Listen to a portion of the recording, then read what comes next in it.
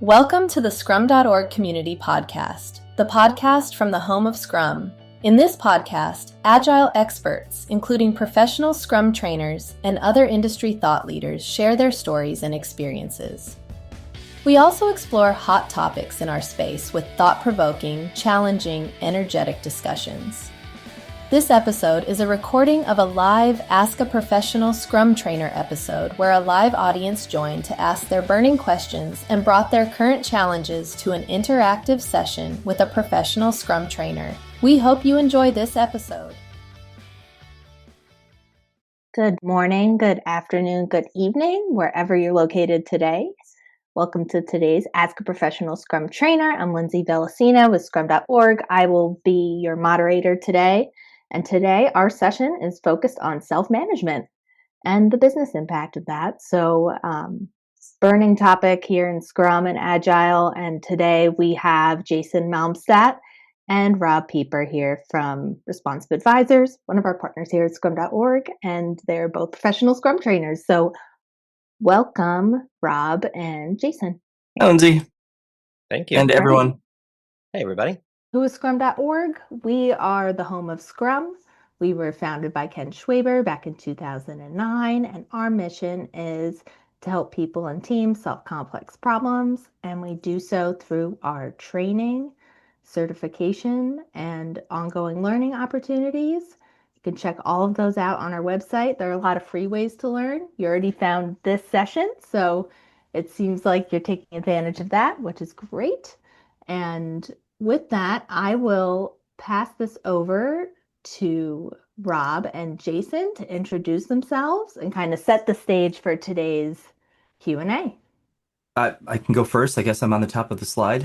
Hi, everybody. I'm Robb. I've been a professional Scrum trainer for a while. I think 2013 or 2014 is when I got my license. So that's 12, 13 years. It's a while. Teach a variety of courses. I'm pretty technical in my background, but I also have got a business degree, so I'm somewhere between tech and exec on a pretty regular basis. Been in the software development world for a long time, since actually I was 13 programming Commodore computers, and eventually went to school for it and became a professional software developer, and I still do it. It's just not my full-time job. But yeah, I love talking about topics like self-management and all that, so that's why I'm here today. All right, and my name is Jason Malmstadt. I am coming to you from just outside Milwaukee, Wisconsin, where it is freezing cold and will be for the next several months. My background is also in software development, and I learned about Scrum early in my career when my boss took me to a hallway lined with Post-it notes and said, "I assume you're familiar with Scrum?" And I said, "Nope, what's that?" And quickly learned how much I enjoyed Scrum. It resonates with me because I like to make plans, but I like to abandon those plans when I learn something new. And so I've been teaching Scrum since 2017. Joined the professional Scrum community, Scrum trainer community rather, in 2022. And yeah, I also teach a variety of courses: APS, PSM, PSPO, handful of others. So that's me. All right. Fantastic. So it's time to start getting into questions. Do one of you want to give a brief, very quick overview to kind of set the stage for our Q&A and why you chose this topic? Yeah, I could jump in on that one. It's a topic that I run into a lot. Self-management is not just sort of a foundational element of Scrum, but even Kanban done well really exercises self-management. And it's a tough thing for especially larger companies to grasp, just because we're so used to a little bit of a top-down mentality in most companies where leadership sets direction, their reports do their thing and kind of follow that direction, and we just kind of all follow orders to get work done. But you miss out on a superpower that self-management can provide. And I mean, you don't even have to be using Scrum or Kanban for it to be powerful. So yeah, we're focusing more on the business benefits of it, like how this can help companies be more successful if they leverage it. So it's not just, about people being happy about their work, though that is a benefit. Companies can also benefit from leveraging this sort of superpower. That's my thought on it. Yeah, I would agree. I know that when I first understood self-management, actually before that, when I just kind of heard about self-managing teams as part of Scrum, I just thought it was kind of pie in the sky, until I saw it work. And yeah, I've become very passionate about the topic, and I think it's a missing piece in a lot of teams' Scrum implementations. It's very easy to focus on the mechanics of the framework and, you know, conducting this event well and managing your backlog well, and those are all very important. But when you miss out on the self-managing piece, you tend to miss a lot of the power of Scrum and, like you said, other methods that could benefit from self-management. Awesome. Thank you. All right. So we have some questions starting to come in. If you Great. haven't entered your questions yet, please enter them into the Q&A box and we will be capturing them that way. Again, please don't utilize the chat. Utilize the chat for any technical questions or just comments. We're going to try to keep those separate. So this first question that came in, so how do you help management support team self-management? Mm, I've I've got an idea on that one right away. go for it. Go Do you like for it. solving everybody's problems all the time? Do you like vacations? When there was actually a manager once a long time ago. He's a director of an IT group, and he says, "My number one job is to literally do nothing." But that obviously can't happen because there's always a fire, there's always a system that needs tweaking, blah, blah, blah. But done well, you create these systems where they run themselves and you have time for a vacation and you can breathe and you can sort of monitor things and trust that people are going to solve the problems, but that doesn't just come for free. I mean, it takes effort, it takes establishing vision and context, empowering people, training people, hiring the right people. There's a lot to it. So, I mean, just from a conventional manager's perspective, you're going to be solving everybody's problems all the time, and everybody's going to come to you with every single problem if you don't find some way to empower people to solve their own problems through self-management. Yeah, I would add to that, and it's kind of the reason we titled the Ask a PST session this way, is that it can be really easy to focus on self-management as a way to make the team happier, which I'm all about it. Like I love the fact that when teams are good at self-management, people are more engaged. You know, you read Dan Pink's book Drive, they have more autonomy, they have, you know, they can work with each other better, like all those great cultural impacts. I don't want to minimize those. But that's not going to move the needle when someone feels the stress of, I have to be the one to solve the problem or it's not going to get done right. So I think it's important to also, while promoting the cultural and interpersonal benefits of self-management, to tie it to real business impact and and show what's not getting done because the managers feel they need to solve all the problems and micromanage the teams and tell people exactly who, what to do, when, and where, and why. Um, you know, when I would look for just a small uh, win from self-management, find some small problem that we don't do our normal, let's step in and solve the problem for the team, but let's give them the context, give them the boundaries, and let them solve the problem. Find that small win, and then try to replicate that, as well as, you know, make it really transparent what's not getting done because we're spending our time in the weeds. A lot of times that gets lost. The trade-off gets lost. Like we could be solving these bigger systemic problems or capitalizing on the other opportunities, but instead we spent half our time this week in the minutia, right? If we can make that trade-off more apparent, that becomes very enticing to allow self-management to work. That makes a lot of sense. Thank you. So there's actually a question here, kind of going back to your intro. This is specific for Jason. Mm, So it says, Jason, you said until I got self-management, until I saw it work. Can you mm, describe the before and after and the event that made self-management click for you? sure. Yeah. Um, this is a story that I tell in my PSM classes, the Scrum Master classes, because we talk about in those classes how one of the things that a Scrum Master can do, and it's my favorite of the choices, is actively do nothing. And that was the hardest for me to learn because when I first became a Scrum Master, I thought of myself as chief problem solver for the team. That if there was just anything slowing the team down, it was my job to get it out of the way. And I don't remember the exact moment or what the problem was, but I remember the team struggling with something and me choosing to not solve it. Having an idea and me choosing to just I'm gonna back off. I didn't have this analogy back then, but I use it all the time now. I'm a father of two young kids, so getting less and less young by the day. And when I had taught them how to tie their shoes, they knew the steps, but as anyone first learning that is, and weren't very good at it yet. And being an impatient guy, there were several times where I wanted to get out the door and just tie their shoes for them so we could get out the door. And I just, in that moment, realized I need to back off and let them do it, or they're always going to need me to do it. And I'm not saying the Scrum Master is or a manager is the parent of the team by any means, but it was just a really helpful learning experience for me to be like, sometimes you just need to back off and let people work through stuff, and they're going to be stronger on the other end of it. And so I just remember having that epiphany. It's like, I don't have to solve the problems here. And by the way, I don't have the answers to every problem anyway.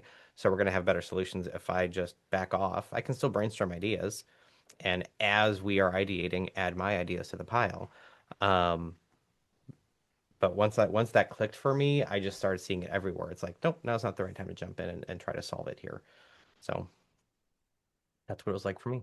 Great. Thank you. Thanks for sharing that. And thanks for asking that question. Yeah, that's great, Rick. So, next one here. So, I'm going to try to get this question right. If I do not get it right, please let me know. So, what do you do in teams that just won't self-manage, although they're presented with the opportunity and methods just because of a quote unquote that guy in the Mm. team?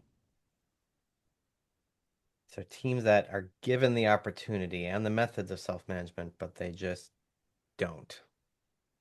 Hmm. Seems that way, and something about that guy in the team. Sure, I'm not sure sure. I'm getting that part of the question, but Yeah. Guess we can't ask clarifying questions, can we? we can. We can. Dennis, if you are on, can you please clarify? And then we will get back to your question. I think I know what he's saying, but if Dennis, if you can add some clarification, um, Yep. We will jump that'll back help. to Yeah. Dennis's question in a moment. This next one here, how do you make sure self-managing teams aren't just lip service from leadership? Mm, That's a hard one. How do you make sure? Well, the easy question or the easy answer here is really just ask people like, do you feel like you have the power to solve problems? Do you feel like you're respected and empowered to do your job as a professional? If no, then let's investigate a little bit further. Um, this actually is a tactic that I'm borrowing from a book called Management 3.0, and it actually just came up yesterday with a phone call with one of my clients. And it's a technique called delegation poker. And if you've never heard of it, just Google it. There's a lot of resources from the author's website on the subject. But imagine the manager is in a room and you've got the team or some typical power structure where person makes decisions and tells everybody and the other people do what they say. And you want self-management to work. Sometimes the first place to start is where can the team self-manage? What are we allowed to do? What are we not allowed to do? Can we hire and fire each other? Oftentimes it's a no. But, have that conversation. Can we choose our lunch breaks? You'd think that's always a yes, but maybe there's a reason that's a no. So having a conversation about a variety of different sort of things where is it the team's decision? Is it the manager's decision? Is it somewhere in between? Can help you start to figure out where we can make our own decisions. Just saying, oh yeah, you guys are Scrum teams, you're self-managing, and then that it's just a hand waving. I don't feel like there's enough specifics there for people to really run with the ball. So yeah. setting up some boundaries and some context, I think is a good start to make sure that it's not just lip service. Yeah. I think when I see the phrase or hear the phrase, it's just lip service. To me, that means it's something that's spoken, but the behaviors don't back it up. So I would try to find ways or find examples of behaviors that is not in line with what we're saying about self-management. So for example, if we say, oh yeah, we want self-managing teams here, we want you to work through your own problems and we'll just provide the vision and constraints and you guys solve the problems. Okay, and then a team goes and does that, and then when the solution is presented or here's how we're going to solve it, they're overruled, not because of a clear known constraint or not because of like, oh, I see what we're trying to do here, but we can't actually hire 10 more people. We don't have the budget. That's fine. That's a constraint. But if it's like, oh, no, we don't like how you solve that, so we're going to mandate you do it a different way. Well, now the behaviors aren't in alignment with what's being spoken. And so I think finding ways to sort of retrospect on that, I don't necessarily mean like a formal sprint retrospective like a Scrum team would have, but having those discussions, you're going to have to create psychological safety on that. I'm not saying you should stand up and call your boss out in the middle of a town hall, right? But finding ways to provide that feedback to say, okay, here's what we say we want. And here's some examples of hopefully where our actions are lining up with what we say we want. But here's some examples where our actions, our behaviors aren't aligning with what we say we want. So how can we handle that differently, both for these examples that we found, and then what does that tell us about our system of self-management that needs to be fixed? So take it back to the behaviors. Actions speak louder than words. Awesome. Thank you. Thank you both. So we did get some more clarification from See that. Dennis. So let's go back to his question just in case Mm-hmm. folks just joined. So Yep. what do you do in teams that just won't self-manage, although they're presented with the opportunity and methods just because of that guy in the team? So the clarification was that one of the guys in the team is very disruptive. He Mm, just won't go for the team decisions or priorities and yep. choose to go in his own direction. He isn't affected by the team majority because he is senior Yep. and always knows best. Also gets very defensive when the team or Scrum Master confronts him on his behavior. Oh, never faced that before. No, I'm just kidding. So I feel like that is what is meant I've, by that yeah, guy. that guy. Yeah. I feel like I might have been that guy before. I don't know. What about you, Rob? I don't know. No one's ever told me if I was that guy. But I did run into a situation like this once before, almost exactly the same situation. And so I can tell you what happened and whether or not you like this solution is up to your team. But when we trained this team, this is a long time ago, 12 years ago or something, they worked at this bank and a little bit of an old school culture, but good people. And they had a gentleman there that had been with the bank a really long time, 20, 30 years, whatever it was, a while, but not quite retired. So he had seen a variety of different technology architecture ideas implemented over time. And, back in his day, putting all your business logic into stored procedures was a good idea. And so, I mean, if you're a developer, you probably know that I can't speak for 2025, but 12 years ago, it was really hard to write automated tests for stored procedures. And the team was trying to move more towards that direction where more logic was under automated tests so they could improve quality. Long story short, this more senior architect guy was just not having it. And he was exactly what you're saying here, Dennis, about sort of that guy who just kind of won't play ball. But when we trained the class, we are like, hey, self-managing teams, could they vote someone off the island if, they've tried everything and it's just not working out? And by vote them off the island, I don't mean fired, but like, hey, we don't want to be in a team with you anymore. Go find another team. They did that eventually, trying to work with this guy, trying to work with this guy. They came up with a vote, and I mean, they couldn't really. It was not a non-binding resolution here, but by voting somebody off the island, they realized no one wants you on the team anymore. So he went and found something else to do, but like it really affected him. So he actually started reading books and ultimately became a whole lot better of a people person. Because he realized technical chops aren't enough on a team, but you also have to be able to work with people. So I don't know if that would solve your problem, but like go back to a working agreement. What sorts of power does your team have? How do we resolve conflict? Let's get aligned on that first and then deal with conflicts rather than we don't have the tools to navigate through conflict and now we have a nasty one in front of our face. Um, that is the solution. I could go all day on that one, but That's Yeah, great. Maybe you can turn the ship around. yeah. yeah. I mean, I do think having someone, um, finding something else to do is on the table. I think of that as plan Z. I'm going to try 25 other things first. And I've had to have some really hard one-on-one conversations with people who they were optimizing for their solutions, right? As Dennis said, they're senior, they're always right, they're optimizing for the perfect solutions.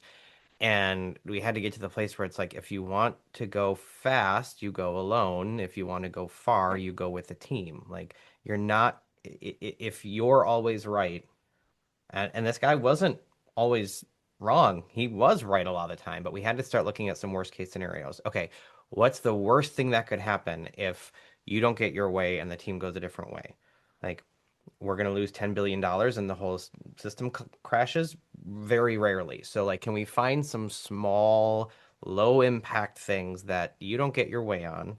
You're willing to let go with this self-management aspect of the team is going to come up with a solution, and then we experiment. And how do we make short feedback loops so that we're not making a potential bad decision today and we find out about 6 months from now? How do we find out about it today or tomorrow or next week? And slowly build up that muscle. Um, it took a lot of time to get a team and a difficult person to a place where he was willing to not get his way all the time, but it ended up getting more work done and making the team more resilient. So I think you have to really just talk one-on-one about what you're trying to achieve. We're not just trying to always have the best technical solution. We want that, of course. We're also trying to make a resilient team because long term, that's going to make us more successful. And if we just default to what you want every time, we're never going to get there. Okay. Thank you. Looks like Dennis added a little bit more here I in see the that. chat. I will let you both, if you want to reach out to him after this, Sure. and continue the discussion, that would be super. All right. Yeah, So that'll work. let's move on because we have a lot of questions coming Yeah, in. it's great. Any tips for a junior Scrum Master being non-technical in a technical team? Mm. Yeah, I've got a couple off the bat. You know, don't try to pretend you know more than you know. Just be technical people can smell that about 10 miles away. I think one of the fastest ways to build up trust is to be vulnerable, and it takes a lot of vulnerability and courage to say, I don't know the technology here. But I will say, as a Scrum Master with a technical background, I've been the most effective on a Scrum team as a Scrum Master, I think, when I intentionally stayed out of the technology. Like I'm not saying that's true for everybody. I'm just saying that I've been both a developer and a Scrum Master and in the weeds of the technical aspects of the product every day. And I've also been a Scrum Master on teams where I did not take on a developer role. Could I have? Maybe, but I chose not to ramp up on that particular technology, and so I was able to see the bigger picture and not get lost in the weeds and not sort of miss the forest for the trees. So I think just being upfront about it and saying, look, I don't know the technical aspects. What am I missing? Um, but then reminding your team that you're not there to solve the technology as a Scrum Master anyway. You're there to look at the system. The same Right. way a football coach isn't there to run the play for somebody. They're there to, see the overall strengths and weaknesses of the team and help them get better. So just lean into it. It's not necessarily a bad thing. Okay. Thank you. All right, this next one here. When you've got a member of a team or many who aren't self-managing, how long do you wait to let them try to improve before you jump in and coach or corral? Wow. So I mean, case by case basis here. I mean, in Right. some cases, how dangerous is it to let it go? How dangerous is it Yeah. to actively do nothing in this case? Um, some self-management, we haven't talked a little bit too much about this anyway. It requires boundaries. It requires some set of context. It's not about doing whatever the heck you want to do. It's about doing what needs to be done within certain confines. Like we can't exceed this budget. We can't exceed these quality requirements. We're to use the Scrum framework. You've got all these things that sort of establish the framework within which you operate. And sometimes you see a team that is not self-managing because either they don't understand the context or maybe the boundaries are too constrained. Like you're not allowed to make your own decisions. That's too constrained for self-management to work. And sometimes you see that without clarification around what we can make decisions on, we are afraid to make decisions. Like back to the lunch break. If I don't even think I'm allowed to choose when I take my lunch break, that's an environment where self-management is probably not going to work. And so reestablishing where the boundaries really are and what really matters could be a first step. Um, yeah, I mean, a lot of I think what we're uncovering through these questions is a lot of team dynamics stuff, a lot of people problems, and Scrum and just working together as a team tends to expose a lot of that. Self-management, it's a pretty simple concept, but like once you add in all the nuances of your individual people and culture and company culture, it gets interesting. I'll stop there. I get on these soapboxes really easy. All right, thank you. All right, so what's your approach to identifying bottlenecks and issues coming from managers micromanaging the team? And then what's the process to show them they are actually the issue here? That management is the issue? Yes, that's how I am reading it. Yeah. Gotcha. Oh, that's I want to go to my favorite consultant answer of it depends and then just stop there. No, I think your instincts are in the right place, right? We need to show, not tell, right? And so finding a way to show that there's a bottleneck because we are being micromanaged, because we aren't given some authority, and I think what Rob said is really worth underscoring here. Some authority, not wild, wild west, not anything goes. Have to be boundaries, there have to be constraints. When there's no boundaries, when there's no constraints, it's actually overwhelming and self-management doesn't work very well because you start running into all these invisible walls that you didn't know were there. So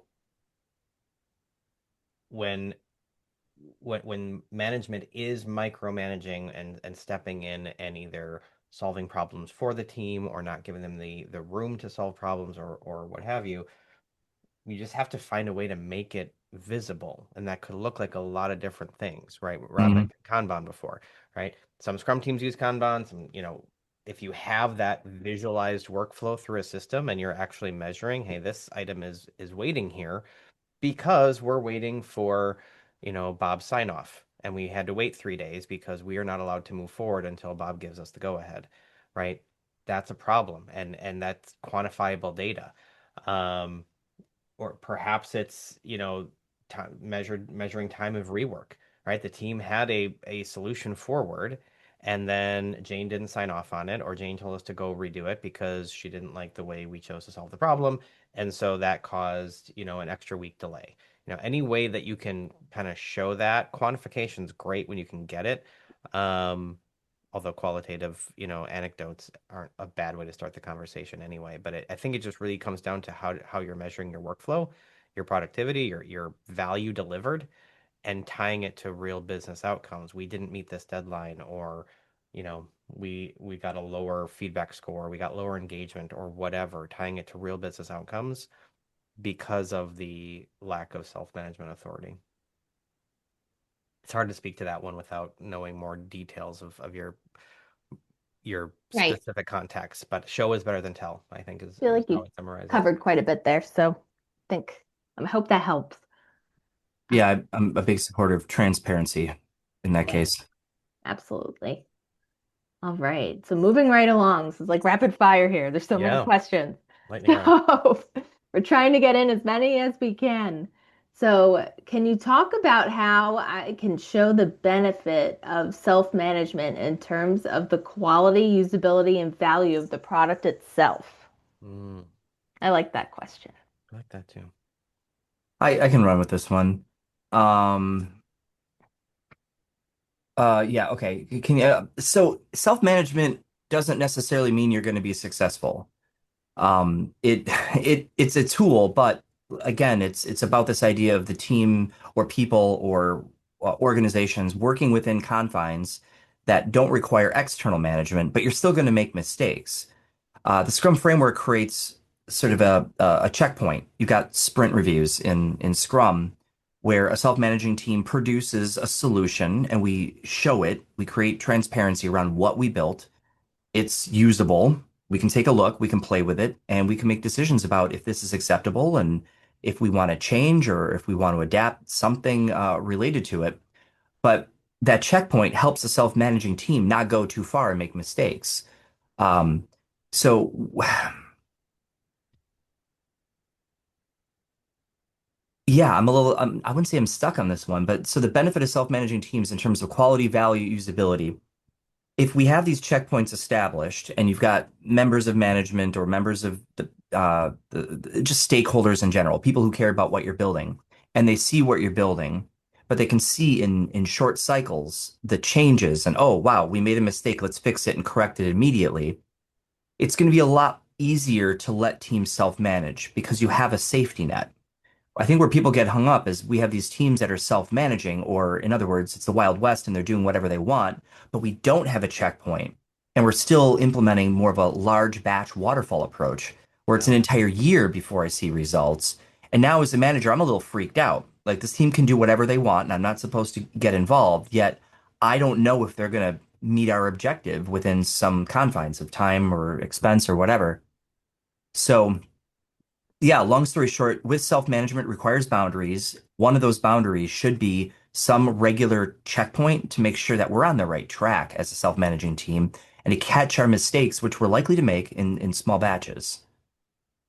I can just add one small thing to that. It is piggybacking what you said, when we're just kind of layering self-management onto a traditional or waterfall project plan where we're just developing, and then a year later we have something to show for it. Um, though that that frame of reference or that mindset is very task driven, right? I'm going to trust the self-managing team to do all the tasks we've put in the project plan, right? But when you get more goal driven, which is how Scrum is meant to be applied, right? We're not just managing items on a backlog, we're achieving a sprint goal and we're achieving a product goal. And if we write those goals well, they're flexible and there might be more than one way to achieve them.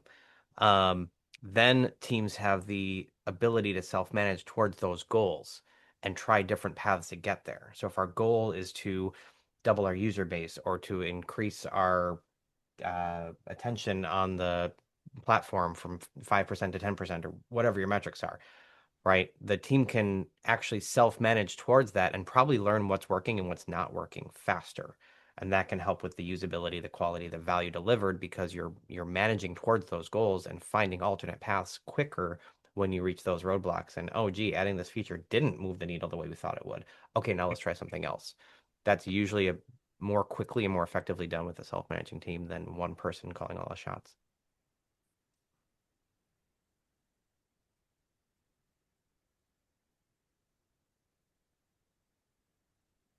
Lindsay, I think you're muted. Did we lose I Lindsay? totally was. I am here. I I am was so like, sorry. What a big faux pas. So, It's just a dramatic pause. It's question. fine. Yes. Dun dun dun. I am here. Sorry, everybody. So, would you agree that a self-managing team is also a team that is able to run Scrum on their own with minimum dependency on the Scrum Master, including hosting a retro? oh, that's a great question. So self-management, like think of it like layers of maturity, much like a child can make certain decisions at the age of 5, and you go on recess at school and they give you a big red ball, and you can just learn to play kickball and pick your own teams. And that's at 5 or 6 years old. People are allowed to pick their own teams. It's crazy. You go to work in the corporate world and you're assigned to teams and la la la. So self-management, I feel like there's some layers of maturity that you have to demonstrate before you're going to take on the next. In larger companies, there might be more layers to that maturity that need to be demonstrated. In a very, very small company, say, I don't know, 5 founders that work together to create a startup, you're going to have a lot more power as a self-managing team. So, yes, an advanced, maybe not even that advanced, but like a somewhat mature team should be able to run all their own Scrum events and minimally dependent on a Scrum Master. And if they find impediments, they're going to find a way to crush them while their Scrum Master's out solving other bigger Scrum Master problems. Yeah. Over-reliance on a Scrum Master is typically a sign of kind of a lack of self-management, a lack of maturity. Right. Um, I mean, Yeah. first place to start is your daily scrums. If your developers aren't managing that event all on their own, I'd say there's probably still some work regarding getting self-management to work on that team. Yeah. I like the way you phrase that question though, because it minimally dependent on the Scrum Master, I would agree with, and especially yeah, running their own retros and all that stuff. I see a similar question that you didn't ask a lot, which is, does that mean we no longer need a Scrum Master? And I think that's a hard no. I make a lot of sports ball references, even though I'm not a big sports ball person myself. But I do know that even the most like championship winning, Super Bowl winning, whatever, World Series winning teams still have a coach because they recognize the value of having someone looking at the bigger system and helping them improve. Are those coaches at the professional level hand holding them through the basics? No, they're solving bigger issues. So I think a very mature self-managing team still gets value out of having a Scrum Master, but I would expect that Scrum Master to be spending less time on running every single retro and handholding the team through the basics and like Rob said, solving the bigger organizational problems, still providing value to the team though. Right. Scrum Master is much more than a facilitator. Yeah, for sure. All right. Next question. How do you manage a team member who keeps digging into other people's responsibilities and then complains there's too much work? Hmm.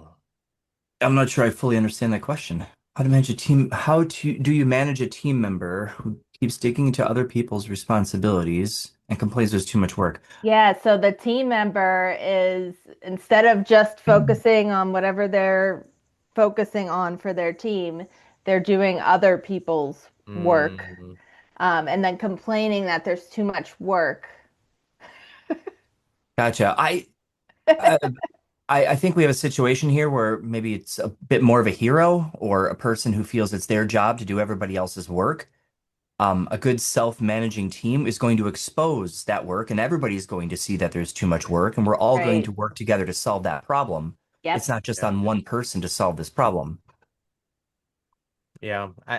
I just gave this advice yesterday because somebody was asking, do we divvy up the work for the sprint at sprint planning or day by day at daily scrum? And technically, Scrum teams are free to do either, but I'll tell you, I give it my personal opinion, which is I strongly prefer not divvying up all the work at sprint planning because you're assuming what's going to happen throughout the sprint. You're assuming a equitable divide of the work. And now I start the sprint with a whole bunch of stuff on my plate that I got to get done by the end of the sprint. And so if you need help, I'm less likely to help you because I might love to help you, but I've got this other stuff that I can barely handle. So I think I'm kind of assuming a little bit the background behind that question that maybe we're sort of pre-dividing up your work and my work and his work and her work and and operating that way and maybe again getting more goal focused and coming to the table every day at daily scrum and saying, okay, here's how do we move the ball forward today? And agreeing who's going to do what and when can maybe stem some of that, kind of changing the underlying paradigm instead of just telling this person to mind their own business. Because if we're working as a scrum team, all of the business is the team's business. So, Okay. Thank you. All right. I hope that helps. So, this next question, I'm going to try to get this right. So, management's understanding of self-managing is a team that manages their own tasks, not a team that has autonomy. mm, How can I reduce this misconception as management may resist this change? I mean, I'll just throw a second plug for a tool that Rob mentioned before of Delegation Poker. I've sat down with teams before and gone through the different decisions that need to be made and like playing poker, keeping a poker face and hiding what you have in the cards, we've okay, you come up with what you think this is. And for those of you who aren't familiar, delegation poker just defines a spectrum of who's making the decision with what degree of influence. So, some of them are management decisions, some of them are the subordinate decisions. And, if I think it's my decision as the manager and you think it's your decision as the team member, there's a mismatch. And any relationship, when there's a mismatch of expectations, it's a recipe for disaster. So, getting at least making transparent where those mismatches are right? And going through lots of it sounds like in this question the manager is thinking, oh yeah, you can manage that little day-to-day stuff, but the big strategic decisions, that's my job. And maybe some of them are, and I probably wouldn't change those all overnight. That's a lot of change to upset the apple cart really quickly. That is often too hard to take. But like lay out the decisions that maybe you think the team should be making, and the manager doesn't agree. Make that transparent, and just start there. Don't expect it to change in that conversation, and then say, okay, maybe we can move the needle on this one. Maybe this can be a team decision. Or if you use the delegation poker, maybe it becomes consult versus tell, or whatever. You can look up those terms. But um, yeah, I would start by making it transparent. It sounds like there are mismatched expectations, and I can't work on them if we don't all see where those mismatched expectations are in the first place. Okay. Sure. Yeah. My thought real quick, it sounds like a maturity thing that either we're not yet mature or we are and we haven't yet demonstrated it. I like the delegation poker thing. Yeah. Okay. Yeah, that makes a lot of sense. All right. So this next one, do you think that self-management is strictly related to communication? Mm. My experience is that devs might prefer the model in which there's one member, the leader, that knows all and can answer to every question and give task assignments than to communicate with each other and with the PO and stakeholder. Sorry if I got that wrong. It was a little hard to read. What do you think about it? I Uh, can reread it if needed. sure. No, I totally, I get that one. I understand. I think I understand what's being asked here. Um, all right. Here's the thing. I would love for somebody to tell me what to do. Would love it. They have to always be right. That's the thing. If you've ever been in a situation where somebody told you to do something because of their seniority or their power, and they were wrong because they either don't do the work or they're disconnected or they don't understand your actual context, so they told you the wrong thing to do, and then you do the wrong thing, and then now you're the one to blame when it doesn't work, that typically frustrated me. So I as a developer would always want to know what problem we're solving.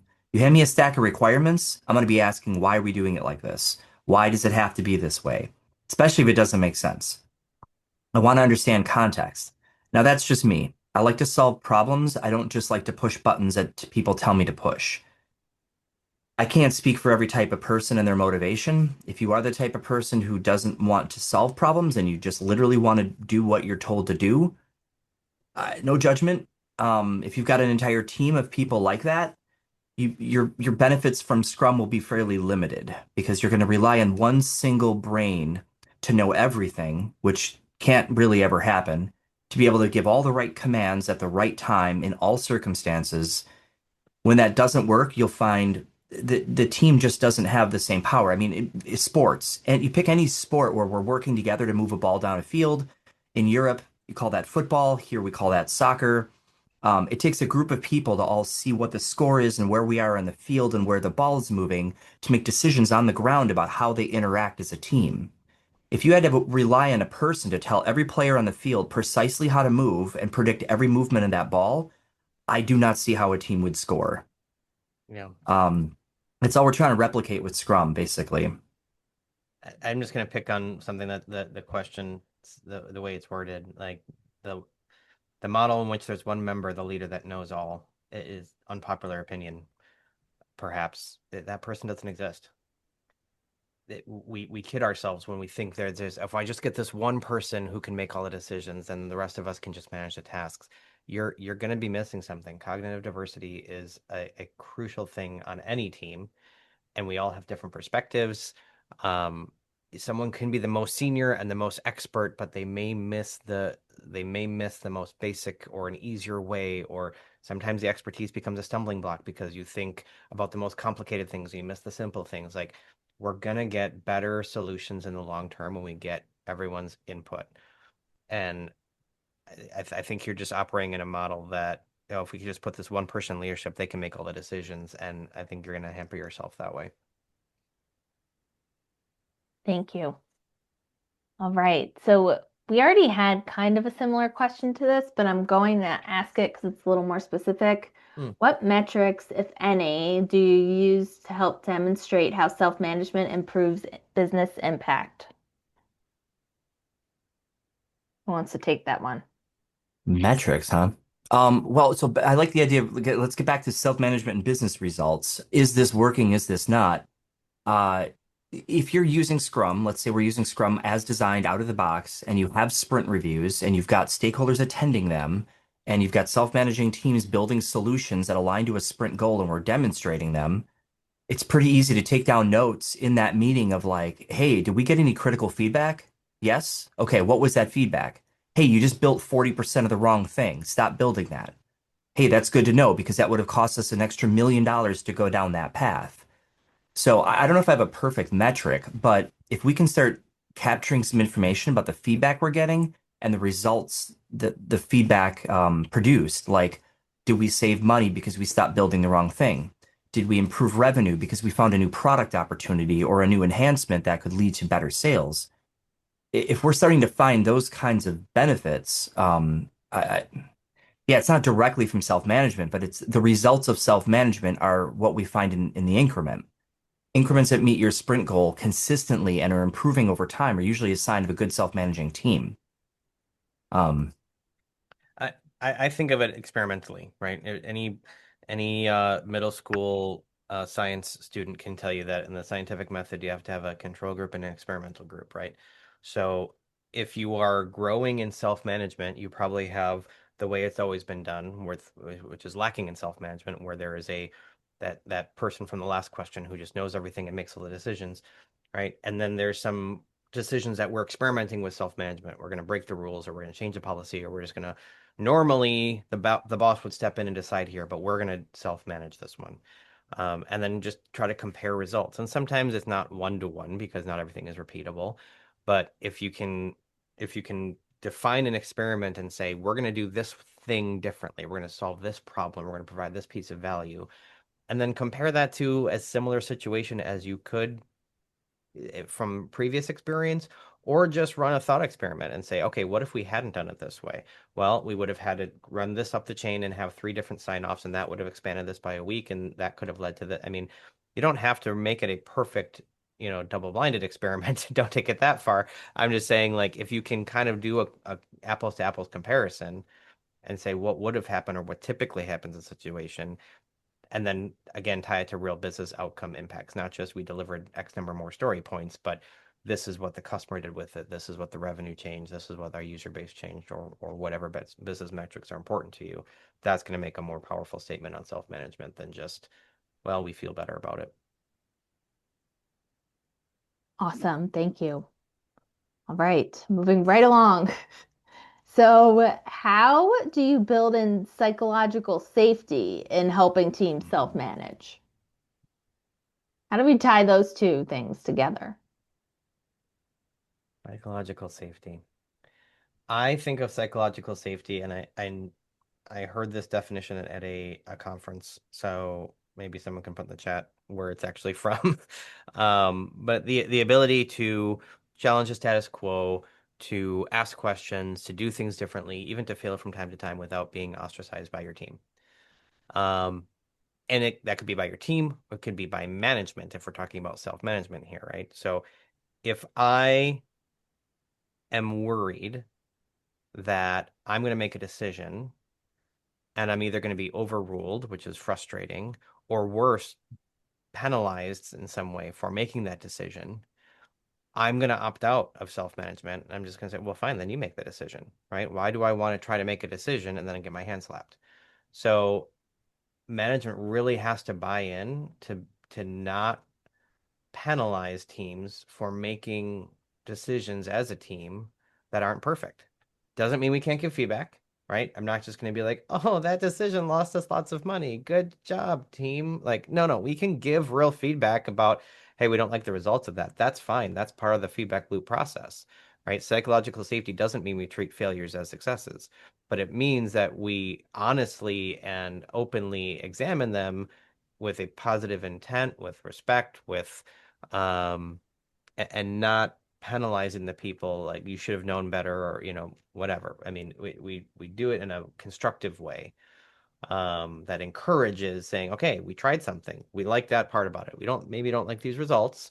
What can we learn from it? So um, the best example of this that I've seen, it's not really a self-management thing, so pardon the diversion a little bit, but I was working at a company once that had a reputation for poor work-life balance. And I was leaving on vacation for my with my family, and my flight got moved up, and I thought I still had to be part of a meeting. So I told my boss, "Hey, I'm going to be calling into this meeting, but I won't be on camera because I'm going to be on my way to the airport. My flight got moved up." And my boss was like, "No, you don't need to be at that meeting." And I was like, "No, it's okay. It's fine. I'll be there." He's like, "No, you don't need to be at that meeting." He had to go so far and say, "Jason, I'm not telling you you don't have to be at the meeting. I'm telling you do not show up to the meeting." Like he had to go so far in the other direction because the cultural pressure was pushing me to just work during my vacation. And so self-managing teams, if they're new to this and trying to create psychological safety, you may have to kind of push the pendulum past what it's like, oh, this is okay, and say, no, it's actually good that you experimented. We don't love the results, but this is a good thing, and we want to continue this self-management. And now, how do we learn from it? You may have to push the pendulum past the middle point. Thank you. Not sure if that anecdote helped or not. It I made hope sense to that me. helps. Made sense to me. Helped me. All right. So this is an interesting question. So the self-management concept is great. However, if the team tends to groupthink to keep harmony, it becomes Mm. risky. Any tips to try to bust the groupthink as a Scrum Master? I just got off my soapbox. Rob, what do you think?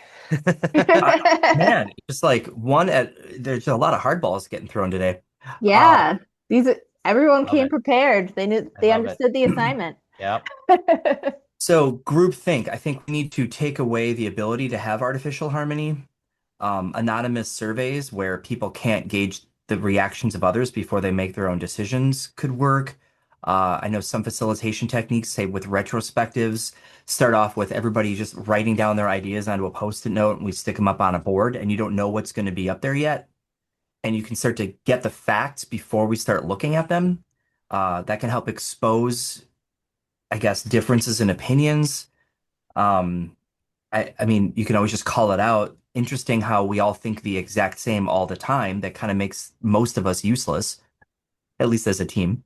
Yeah. Uh, you know, those are some ideas. I mean, we need to expose or find an alternative path to break the artificial harmony, and maybe start with an easy thing, not something like, oh, let's talk about the architecture of some system, but let's talk about where we go to lunch. That's very easy to start with. If everybody always says, "Oh, I'll go wherever Bob wants to go," well, we'll just go there. No, let's get some debate going. Who doesn't like these options? Jason, didn't you have some idea about restaurants and how to choose them? And I Oh, yeah. There's a voting technique. I'm not going to go into that because we don't have time. no. You can look up CGP Grey easy voting. To like a 60-second video. Um, I I really appreciate this question because I do not like groupthink, and I start to get nervous when we all get to an agreement too quickly. I feel like we're missing something, and so I'm a big fan of the opposite of straw manning an argument. So straw manning an argument is making it artificially weaker. Okay, so you can defeat it more easily. The opposite of that is steel manning an argument. So if we're all getting to groupthink and an agreement right away, then I try to think, okay, what's the best argument? How can I argue against what we're getting to? Just so that we're considering other options. Sometimes you can build that skill and get good at trying to come up with the best argument against where you're headed as potential groupthink. Sometimes you need other people. So you bring in somebody outside the group and say, okay, here's where we're headed, almost like a debate team, like take the opposite position, try to make a case for why we shouldn't go in this direction or why we shouldn't land here. And then I guess I would finally just say, just call it out. Like, say what you're going to do. Like, say, okay, we got to that decision really quickly, and it's great that we're all, happy about it. But I'm worried we might be missing something. So let's consider alternatives. Let's, devil's advocate is sometimes used. Let's make the opposite case just to make sure we're covering our bases. Awesome. Thank you. I hope that helps. All right. So we don't really have any time to take more questions. We're kind of wrapping up here, but we will figure out a way to get these questions addressed in Mhm. some way, shape, or form. So don't worry about that. We will figure that out with Rob and Jason. But any parting words you want to leave with the group today based off of like the types of questions that were asked? Any piece of advice that you want to leave them with? Yeah, I've got one I'll throw out there. So a big theme I'm seeing are not so much self-management issues, they're people issues. And there's lots of books to read, or lots of, I guess, ChatGPT will probably give you a summary of these books. A book by Dan Pink called Drive. I think that's a great book to read. It's a great book if you don't read the book, get the audiobook, watch a video. There's a video on this on YouTube, very popular. Talks about autonomy, mastery, and purpose. And those are some of the keys that really unlock the power of self-management. And so that might be a way to start to socialize this. If the words self-management are getting a negative reaction, stop talking about that. Let's talk about something else that's related and see how that lands.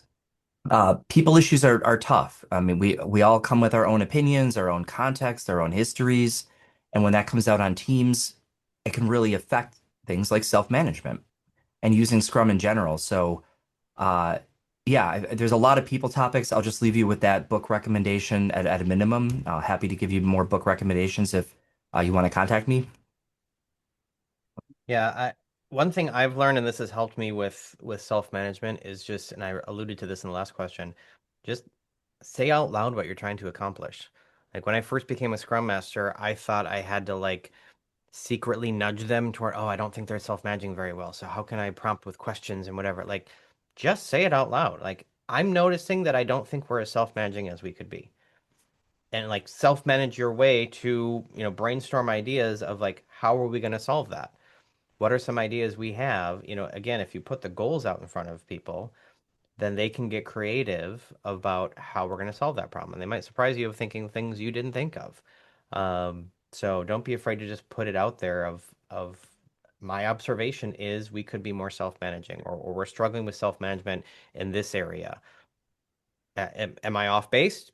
Do you all agree with that assertion? And if so, what are some ideas to improve that? And just set up little experiments and feedback loops. I think we often think of Scrum as an incremental value delivery framework, which it is, but also getting better at using Scrum or any way of working really is often best done incrementally as well. That's great advice. All right. Well, thank you both for taking the time, and thank you to our audience. We Yeah, had a, about 100 or so people stay on for the entire hour who joined us on the live great. session today. So that's fantastic. And I hope everybody got a lot of value out of this. I certainly did. And thank you, everybody, and scrum on. Come Thanks, on. everybody.